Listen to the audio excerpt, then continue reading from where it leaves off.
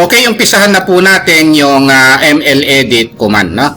So dito mga boss, meron na akong ginawa diyan sa mga ML edit option na yan, no? O yung pang-edit ng multiline, no? So meron siyang option na close cross, open cross at saka merge cross, no? So umpisahan natin dito sa close cross, no? I-zoom ko lang muna para makita natin ng maayos. Itong close cross mga boss, so kung napapansin nyo, continuous itong multiline na ito, no? Tapos itong multiline na ito, putol siya, no? So para magawa yan, meron tayong ML edit, ito yon, no? Tapos ito yung option na close cross, no? Click ko lang ito. Pag gagawin natin close cross mga boss, una nating i-select itong mapuputol, no? Tapos click natin ito, tapos ito namang magiging continuous. So click ko ito. So ito yung close cross, no? So straight ito, tapos ito yung naputol. Una kong select itong naputol, no? Ngayon tingnan naman natin itong open cross naman, no? So open ito, tapos ang putol niya itong line sa gitna, no? So kung titingnan natin, ML edit uli. Tapos i-click natin itong open cross, no? Click natin ito, tsaka ito. Tapos ito na 'yon, no? So ayan yung open cross option, no? Ang susunod ito namang merge cross, no? So kung napansin nyo, pati itong mga line sa gitna tuloy-tuloy siya, no? So kahit alin ang mauna i-select, okay 'yon. So pwede siya, no? So tapos sa ML, ito yung multiline edit. Tapos pick natin itong merge cross. Kahit alin ang mauna, pwede na nating i-click. Ayan, na. So ayan yung unang tatlong option, no, ng ML edit: close cross, open cross at saka merge cross, no. Ang susunod na option ito, no, yung close T, open T at saka merge T, no. So ML edit uli. Tapos ito na 'yon, no? Close T. Ang unang i-select natin yung mapuputol, no? Tapos yung continuous, yun yung susunod na i-click natin. Ito 'yon, no? So kamukha na niya itong sample natin dito. Ito yung close T, no?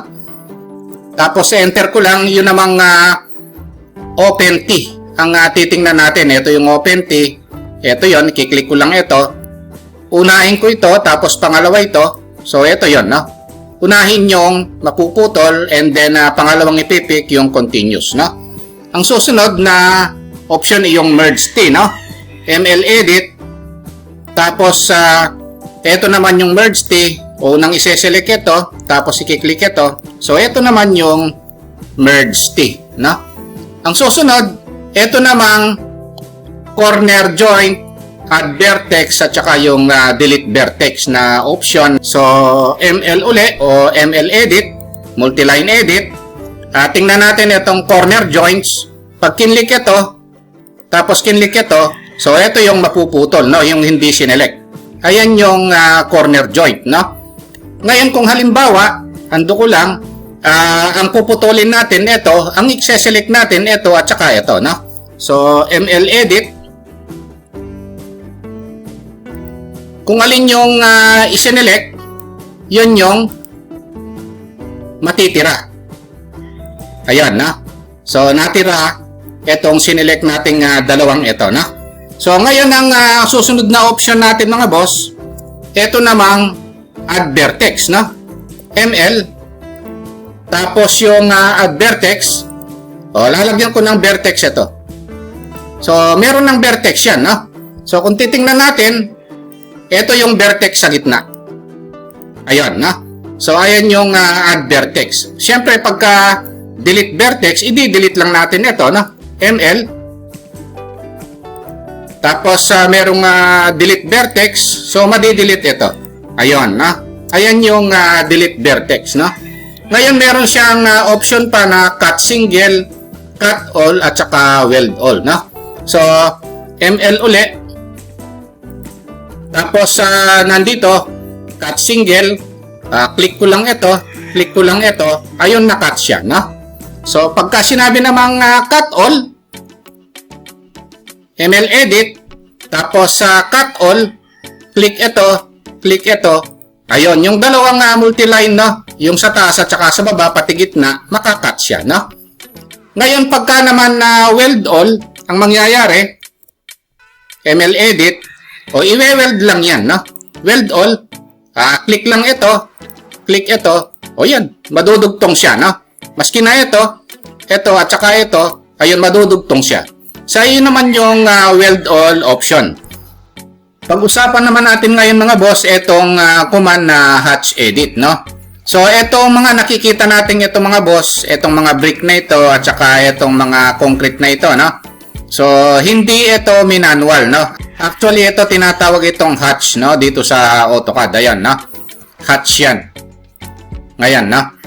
Ngayon, pagka in-explode yan mga boss, hindi na hatch yan, no? Ordinary line na lang yung mga yan, no? Kaya agad maaari, huwag tayong mag-e-explode ng mga hatch, no? Ngayon, para kung gusto nating palitan yan, o gusto nating palitan ng kulay, ng angle, ng scale, o ng pattern, meron tayong command na hatch edit, no?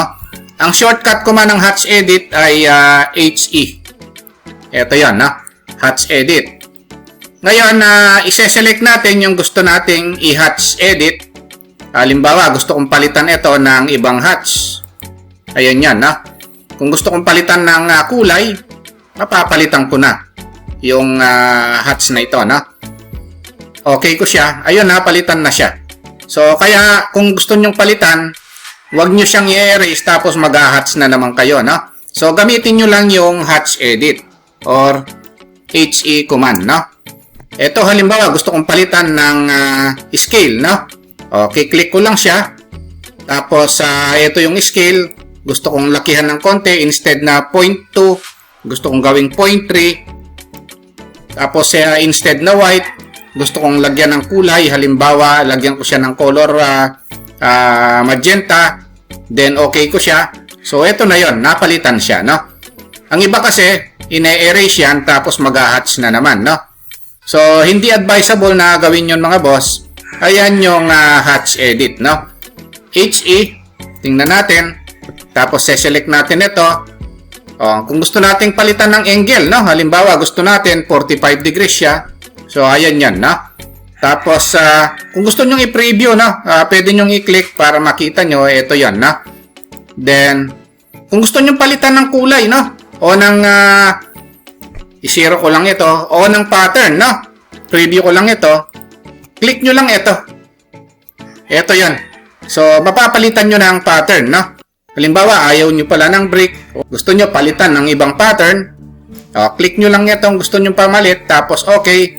Tapos, i-preview nyo muna, no? Bago nyo i-okay para mapapalitan pa. Ayan, no? Tapos, kung gusto nyo palitan ng scale, halimbawa, 0.1 lang. I-preview ko muna. So, ito yan, no? So, ayan yung tinatawag na hatch edit, no?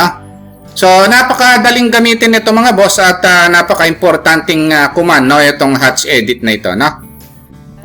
Huwag niyong kakalimutan gamitin ito every time na gusto niyong mag-edit ng hatch, no? Ayan yung hatch edit mga boss, no? Ngayon kung halimbawa, no, dagdag na lang natin itong command. Halimbawa, meron kayong dalawang hatch. Tapos gusto nyong parehas na lang yung hatch nito at saka ito. So, wag nyo nang i-erase ito. Ang gawin nyo na lang mga boss, MA nyo na lang, no? Match properties. Click ito yung model, tapos click na lang ito. So, ayan yung dinagdag nating command, no? File, tapos click natin itong open. So, pag wala tayong nakikitang dialog box mga boss, hindi natin makita yung mga file na gusto nating kunin. Yung dialog box, hindi natin mai-open. So, ita-type lang natin yung command na file dia, no?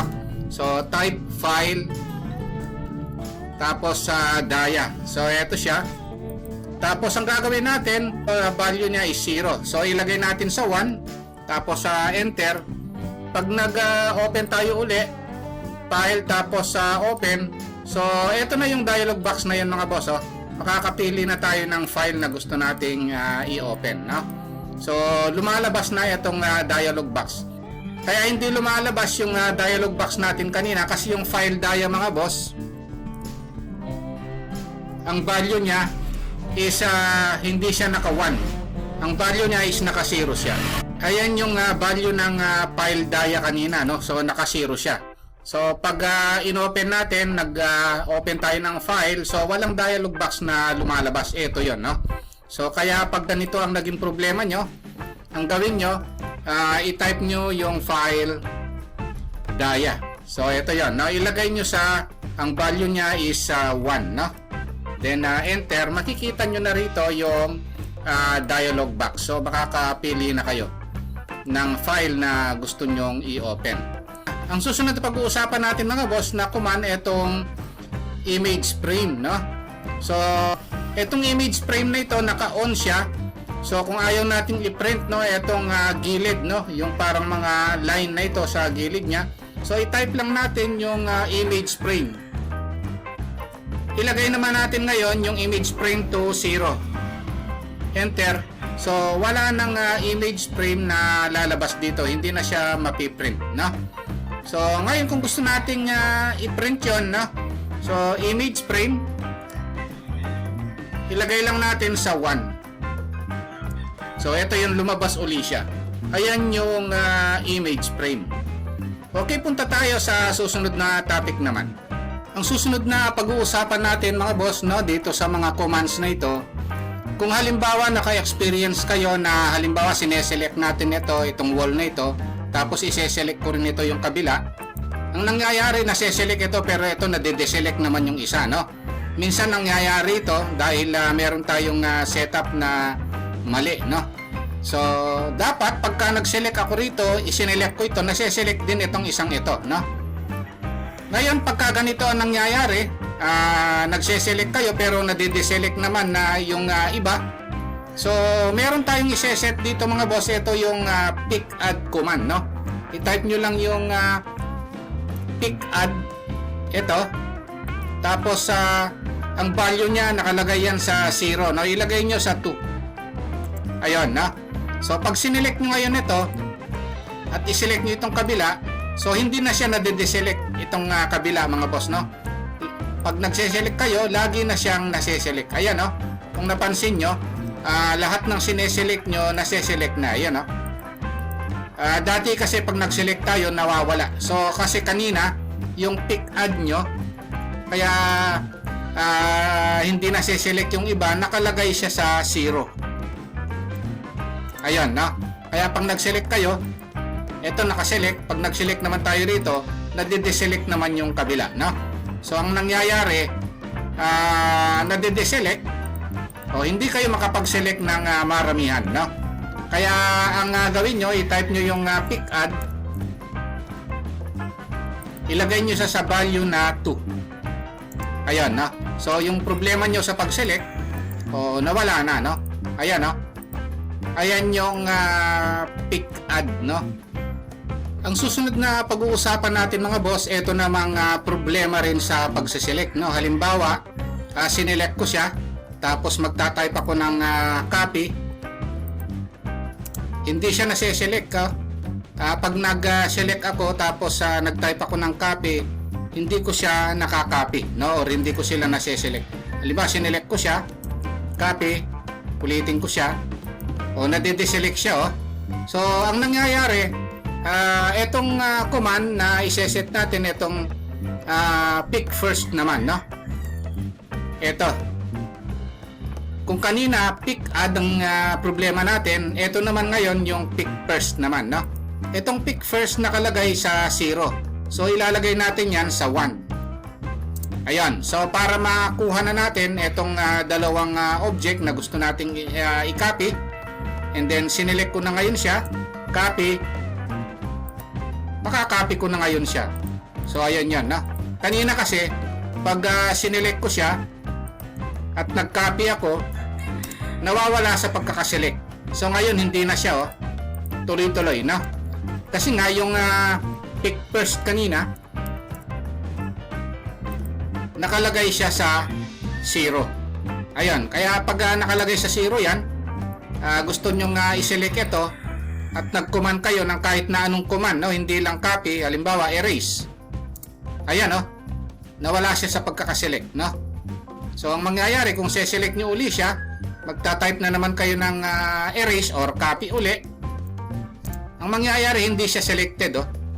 So ang gagawin nyo, set nyo lang yung pick first, no? Ito, ilagay nyo lang sa 1. Oh, pag sinelect nyo ngayon siya, oh, maski na erase ang gamitin nyo, copy, move, o kahit na anong command, pwede na siya, no? So ayun naman yung pick first. Okay, punta tayo sa susunod na topic naman. Ang susunod na pag-uusapan natin mga boss, no, dito sa basic command, halimbawa meron tayong rectangle dito at nag-copy tayo. Ayun, no? At gumawa naman tayo ng ibang mga object dito. Kung halimbawa gusto nating alisin yung ibang object dito, pwede nating i-undo. Ayun, no?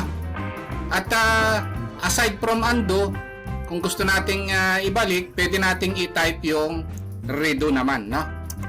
Ayun. Ngayon, ang susunod na topic natin mga boss, ito namang oops.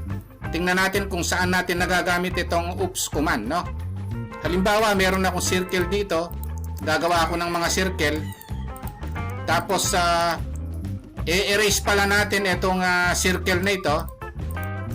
Tapos, gagawa na naman ako dito ng ibang mga circle.